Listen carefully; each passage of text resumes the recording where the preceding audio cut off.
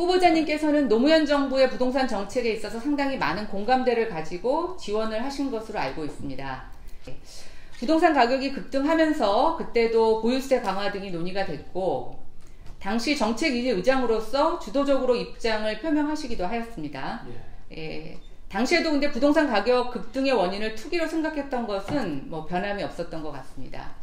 제가 2003년 11월 6일자 경향신문에서 후보자가 하신 발언을 좀 가져왔습니다.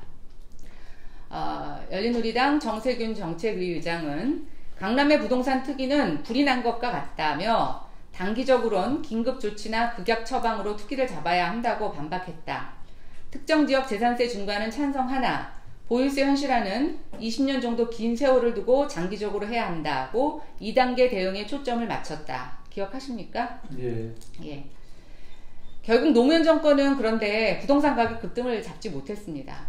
그리고 그 이후에 정권을 뺏기면서 결국 부동산 때문에 정권을 뺏기겠다라고 하는 얘기가 나올 정도로 부동산 정책의 실패가 굉장히 큰 정권에 좀 아픔을 주었다고 생각이 됩니다.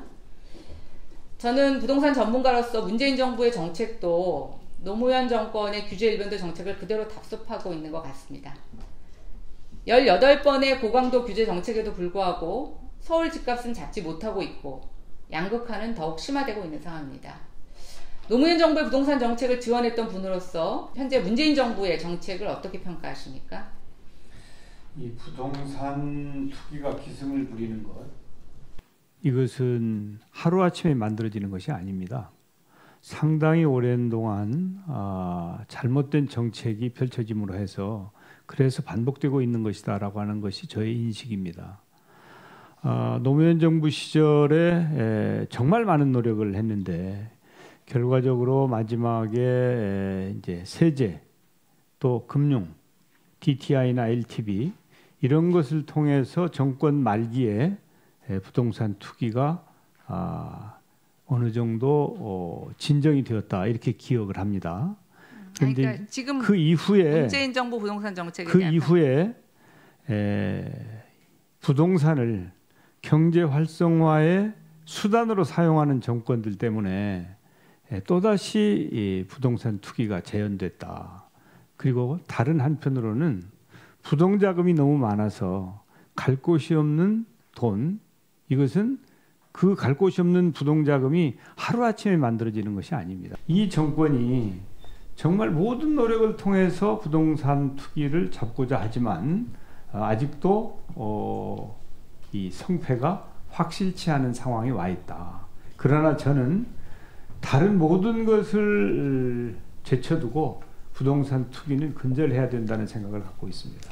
지금 추강력이라고까지 스스로 명명할 정도로 지난 12월에 나온 대책이 뭐 굉장히 강한 대책이라고 얘기하고 있는데요. 예.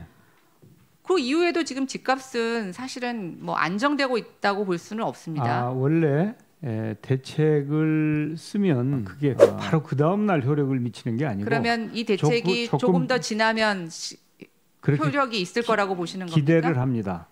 자신은 못하지만 네. 정말 좀 효력이 있었으면 하는 기대를 하고 있습니다. 제 판단에는 지금 부동산 시장에 대해서 약간 편향된 이념으로 보는 것이 이 정책 실패의 원인이라고 보고 있습니다. 아까 후보자님도 말씀하셨지만 지금 유동자금이 문제이고요. 유동자금은 부동산 시장 안에만의 문제가 아니라 대한민국 거시경제 차원에서 자금의 흐름의 물꼬를 어떻게 뜨느냐라고 하는 조금 그런 안목이 필요합니다. 예, 그렇습니다. 근데 그런 정책이 지금 있는가라는 생각이 좀 들고요. 지금 투기 억제하겠다고 대출 규제를 했지만 또 보유세도 올렸지만 그 결과 어떠냐면 서민만 고통을 받고 있습니다. 즉 집값은 폭등은 했는데 대출이 막히다 보니까 정작 무주택 서민은 내 집 마련의 꿈을 포기하게 되고 보유세 급등시켜 놓으니까 임대료 등에 전가돼서 서민만 고통받고 있고 세간에서는 현금 부자들만 부동산을 살 수 있다고 이런 얘기를 하고 있습니다. 보유세 현실화에 대해서 그 당시에 20년 정도 긴 세월을 두고 장기적으로 해야 한다고 말씀하셨던 것이 있습니다. 그런데 지금 정부는요. 조세정의, 과세형평을 위한다면서 공시가격을 시행령에 위임해서 깜깜이로 올리고 있고 그것도 목표치도 없이 지금 굉장히 급속하게 올리고 있습니다. 가격 폭등의 책임을 지금 집 가진 서민에게 세금으로 벌금처럼 물리고 있는 것입니다. 저는 이거 지금 정부의 이렇게 보유세를 늘리는 정책은 후보자가 얘기하시는 긴 세월을 두고 장기적 로드맵으로 가야 된다는 것하고 배치된다고 생각하는데 어떻게 생각하십니까? 예, 우선 저는 장기적으로 보유세 비중을 높여야 된다고 하는 주장을 펼쳤는데 네. 20년이 흘렀지만 그게 이루어지지 않았죠. 그렇기 때문에 그것도 한 요인이다 이렇게 생각하고 있고요. 지금부터라도 앞으로 한 20년에 걸쳐서 미국 수준의 보유세로 아니, 그러니까 그 얘기는 하는데 지금 이렇게, 정부는 좀 이렇게 생각하고 있고요. 네. 현재 이제 보유세가 올라가는 부분에 대해서는 시가가 올라가기 때문에 가격이 올라가기 때문에 자동적으로 따라가는 것입니다. 물론 종부세는 별도이지만요.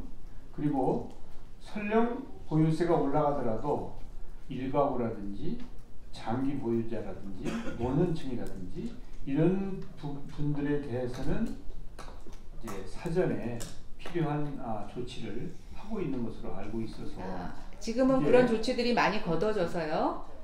고액의 주택을 갖고 있는 분의 경우에는 1주택자이고 또 고령자임에도 불구하고 조세 부담이 굉장히 많이 늘어났습니다. 예, 그래서 지금 시중에서는 어떠냐면 차별성을 두고 있죠. 집이 한 채 있는 경우에 비싼 주택에 산다고 해서 대출을 얻어서 세금을 낼 수는 없지 않습니까? 근데 참여정부 때 기억하실 겁니다.